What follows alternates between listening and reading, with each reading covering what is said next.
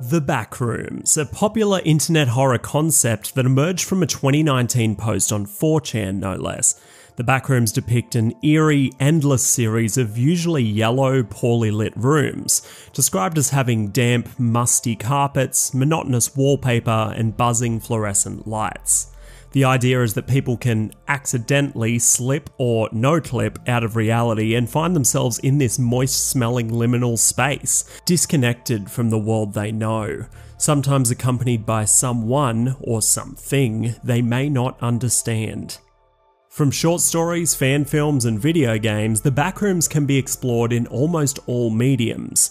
American Horror Stories, the anthology spin-off of American Horror Story, just released this full-budget interpretation of this concept in Season 3. Viewers of my channel know I have a complicated relationship with AHS as a whole. Love the OG seasons until recently, and have really struggled with this spin-off, which somehow has 3 seasons so far. Almost everything here falls flat. The concepts, the acting, the writing, rather deserving of the outstandingly mediocre series rating of 6.3 out of 10.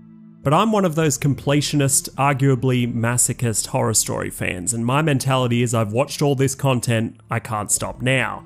So please make this tediousness worth my while by liking this video for more American Horror Story content, and join me as we take a look at Season 3, Episode 5, Backrooms. You're watching Matthew Rogers.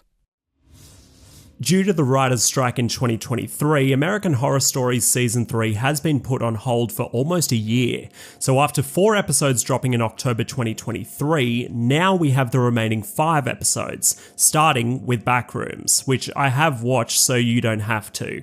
But spoiler alert if you are interested in checking this episode out for yourself. We're introduced to Daniel, played by Michael Imperioli, who some may know from The Sopranos or more recently Season 2 of The White Lotus. Daniel is an award-winning screenwriter who has become a recluse after his young son disappeared.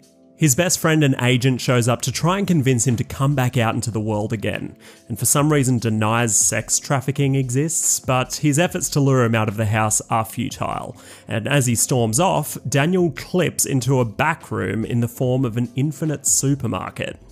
We see he is not quite alone as he finds a bloody door accompanied by the sound of a pipe organ, then briefly his son before clipping back to reality 3 weeks later. It's revealed that whilst he was in the Backrooms, they found his son, who was buried under a park. Do you know we invented hell? We made it. We manifested it. Hi, I'm Max. I'll be your server. So, the specials are very limited.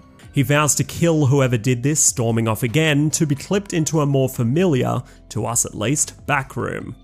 I must admit I felt a brief amount of hype seeing these uncanny walls and carpet, but this quickly dissipated due to a major flaw with this episode: the ambience. The Backrooms being scary or at least eerie is almost 100% dependent on atmosphere. The sound effects, the music, the lighting, but none of this quite hit the mark. I get the darker lighting choice adds horror elements to a more mainstream audience, but the choir and pipe organ soundscape, as impactful as that could be, isn't. We aren't in a gothic castle here. Daniel finds no other way to escape these rooms than through a small hole in the wall. He sees a gothic-themed feast and is chased out by masked entities, returning once again to reality. Here it kind of breaks the fourth wall as he does a Google search for liminal spaces and watches creepypastas for hours. Liminal space. It's the area between here and there. Here being reality, there being anywhere else. Then going to prison to meet the vlogger that claims to have been to these backrooms. There's something so funny to me about watching a mainstream TV show explain deep internet lore to boomers, kind of breaks any tension there was entirely. In which one bypasses the normal boundaries of spatial reality. And in English, that means... Sorry. I'm a coder, so I look at video games. And get this, the vlogger that went to the Backrooms went there because he killed someone whilst texting and driving. And the only way to exit the Backrooms was by telling the truth. Also, these rooms are in the forms of an office and supermarket because he's holding on to human factors of his trauma. I don't get it either, but I digress. Then things get really crazy. Get this, he drives home, then the whole house is surrounded by police. He then has a shootout with said police as some sort of last stand, resulting in a flashback of Daniel having a domestic dispute with his wife, and just because he's stressed out, or at least that's all we're told, he then goes and strangles his own kid to death at the park. So he killed his son, he's dead, and all that's left now is the final back room, escalators to the park with another entity. I just don't understand these quote-unquote villains. It's not explained who this is, and the masked minions are literally just based on a mask in his office. I found no other explanation for them to even be in the backrooms, other than an attempt at being spooky. Needless to say, it is not.